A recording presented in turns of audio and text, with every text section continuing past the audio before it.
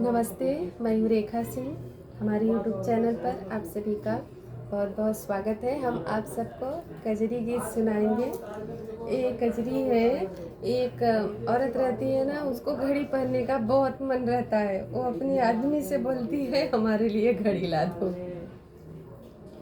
हमरे दिलवा में साध बाट बड़ी पिया पहिरई के घड़ी पियाना।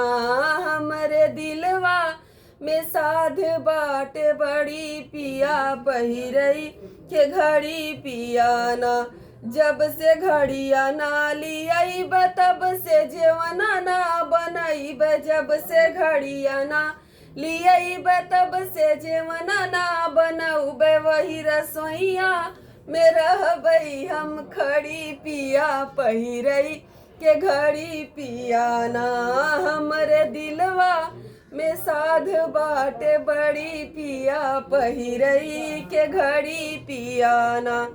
जब से घड़िया ना लियाईब तब से गेड़ुआ ना बनाईब। जब से घड़िया ना लियाईब तब से गेड़ुआ ना बनाईब। वही पनिया में रहबई हम खड़ी पिया पहिरई के घड़ी पियाना।